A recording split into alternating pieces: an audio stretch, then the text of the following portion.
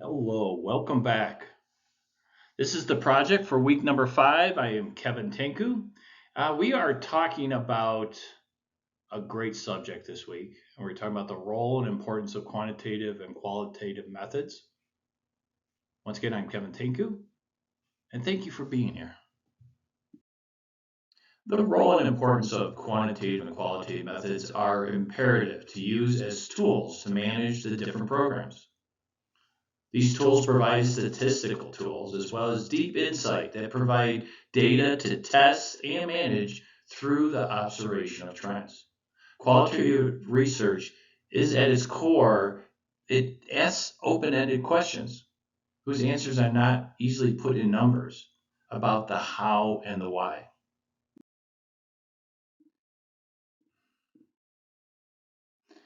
Qualitative research is a method used to understand experiences, concepts, and motivations through the use of non numerical data. Often it uses interviews and tries to understand the hows and whys behind the data.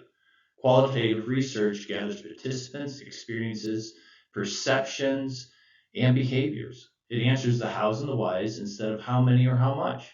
It could be structured as a standalone study, purely relying on qualitative data, or part of a mixed methods research for combines combinations of qualitative and quantitative data.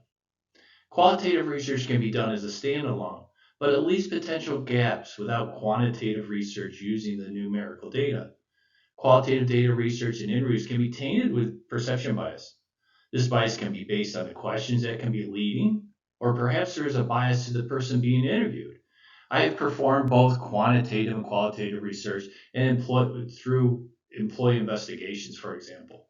The numbers and the data sometimes can be skewed, but often the real danger is the qualitative research, or in my position, employee interviews based on qualitative research. For example, an interview with a doctor may be biased to his or her interests versus a medical assistant. The questions may be different in the interview. The understanding of the qualitative data may be skewed based on bias. I have often seen doctors been given more latitude in interviews versus a medical assistant just based on position. A doctor may be guilty of an infraction, but the interviewer lets the doctor off easily when the interviewer with the same infraction doesn't let the medical assistant off as easy. This creates problems. And I've seen it where they want to punish the medical assistant, but they want to let the doctor off. Another example is I've seen interviewers ask different questions based on whether the interviewer likes the person or not. This is done despite the employees having duplicate infractions and similar evidence. Based on my experience, a combination of quantitative and qualitative research gives a more complete picture versus a standalone method using just quantitative or qualitative methods. It is my preference to use both types of data in order to get a potential complete picture. Bias can be argued in both qualitative and quantitative data, but with proper management of the research, a complete result of the investigation will be produced. And I appreciate your time today.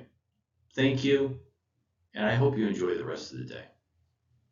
Thanks again.